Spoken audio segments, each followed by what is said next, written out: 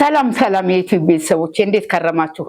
ዛሬ በአዲስ ቪዲዮ መጥቻለሁ። ዛሬ የምናዘጋጀው ከገበያ ከምትገዙ ቤታችሁ ብታዘጋጁት በጣም በቀላሉ እናንተ የምትረኩበትን ቦምቦሊኖ ወይንም ደግሞ ዶናት ነው የምናዘጋጀው።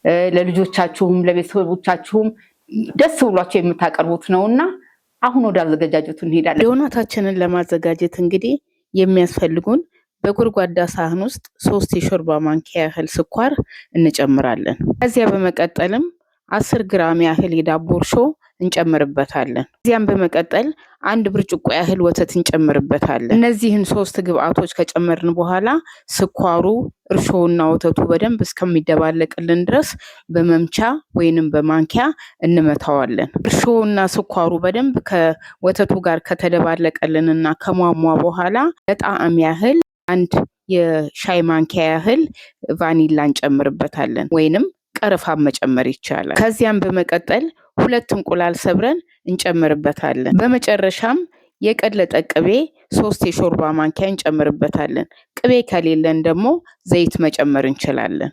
እነዚህን ግብአቶች ከጨመርን በኋላ በደንብ አድርገን እንመታዋለን፣ እናደባልቀዋለን። እንቁላልም ስላለው በደንብ እንቁላሉ ከሌሎቹ ግብአቶች ጋራ ከቅቤው ጋራ በደንብ እስከሚዋሃድልን ድረስ በደንብ አድርገን እንመታዋለን። ግብአቶቹ በደንብ ከተዋሃዱልን በኋላ ግማሽ ኪሎ ያህል የፉርኖ ዱቄት ቀስ እያለን እየጨመርን በደንብ አዋህደን በደንብ አድርገን እናቦካዋለን። በደንብ ያቦካነውን ሊጥ ትንሽ ኩፍ እስከሚልልን ድረስ በደንብ በላስቲክ ሽፍን አድርገን ለ30 ደቂቃ ያህል እናቆየዋለን። ከ30 ደቂቃ በኋላ ሊጣችንን ከፍተን በምናይበት ጊዜ በደንብ ኩፍ ብሎ ነው የምናገኘው። ስለዚህ ሊጡን መለስ አድርገን ለመዳመጥ እናዘጋጀዋለን። ከዚያ በመቀጠልም መዳመጫችንን አዘጋጅተን በላዩ ላይ ሊጡ እንዳይጣበቅበት ትንሽ ዱቄት ነስነስ ካደረግን በኋላ ሊጣችንን በወፍራሙ እንዳመጠዋለን። መሳሳት ግን የለበትም፣ አለበለዚያ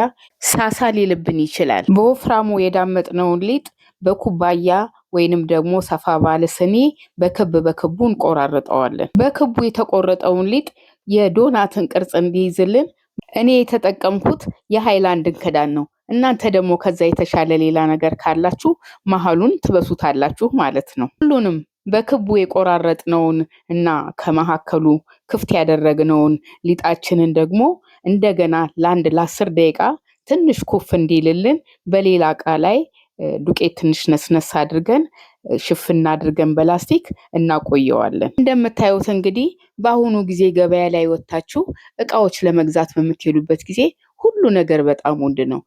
ሌላውን ተውትና ዳቦ እንኳን በምንገዛበት ጊዜ የሚያረካንን ዳቦ ወይም ደግሞ ለልጆቻችን ጠብ የማይል ዳቦ ነው በውድ ዋጋ ገዝተን የምንመጣው። ስለዚህ የኑሮ ዘይቤያችንን መቀየር አለብን ማለት ነው። ያለብን ነገር ምንድነው? በቀላሉ አንዳንድ ማቴሪያሎችን ገዝተን ቤታችን አዘጋጅተን በተሻለ መልኩ ለልጆቻችንም እኛም ልንመገበው የምንችላቸውን ምግቦች ማዘጋጀት አለብን ማለት ነው። አሁን ሊጣችን ኮፍ ብሎልናል፣ ለመጥበስ እናዘጋጀዋለን ማለት ነው። ስለዚህ በመጥበሻችን ላይ ዘይት እንጨምርና በመካከለኛ ሙቀት ዘይቱ ጋል ካለልን በኋላ ያዘጋጀነውን የዶናት ሊጥ ዘይት ውስጥ ጨምረን እያገላበጥን በደንብ አድርገን መልኩ ብራውን እስከሚመስል ድረስ እናበስለውና እናወጣዋለን ማለት ነው። እንደምታዩት እንግዲህ በግማሽ ኪሎ ዱቄት ምን ያህል ዶናት እንዳዘጋጀሁ እዩ። እንደውም ለአንድ 4-5 የሚሆን ዶናት የሚሆን ሊጥ አስቀርቻለሁኝ ሌላ ነገር አዘጋጅበታለሁ ብዬ። ስለዚህ በዚህ በግማሽ ኪሎ ዱቄት ሙሉ ቤተሰቦቻችሁን እንዴት መመገብ እንደምትችሉ ከዚህ መገንዘብ ትችላላችሁ። በጣም የሚጣፍጥ በጣም የሚያምር ከለሩ የሚስብ ዶናት ነው ያዘጋጀ ነው። የምግብ ይዘቱንም ስታዩት ከምንም ጋራ ሊመጣጠን አይችልም። ስለዚህ ቤታችሁ አዘጋጅታችሁ ልጆቻችሁንና ቤተሰቦቻችሁን በዚህ መልኩ ብታስደስቷቸው በሁሉ ነገር ተጠቃሚዎች ናችሁ ማለት ነው። ቤተሰቡም ደስተኛ ነው የሚሆነው ይሄንን ዶናት በመብላቱ። ስለዚህ ስሩና አዘጋጁት። ቪዲዮዬን እስከ መጨረሻው ድረስ እንደተከታተላችሁት በጣም እርግጠኛ ነኝ። ተወዱታላችሁ ብዬም አስባለሁኝ። አስተያየታችሁን በኮሜንት ላይ አስፍሩልኝ። ኮሜንት፣ ሼር ማድረጋችሁን አትዘንጉ። ሰብስክራይብ ያላደረጋችሁ ደግሞ ሰብስክራይብ አድርጉና ቪዲዮዬን ተከታተሉት። በጣም አመሰግናለሁ። በሰላም እንገናኝ።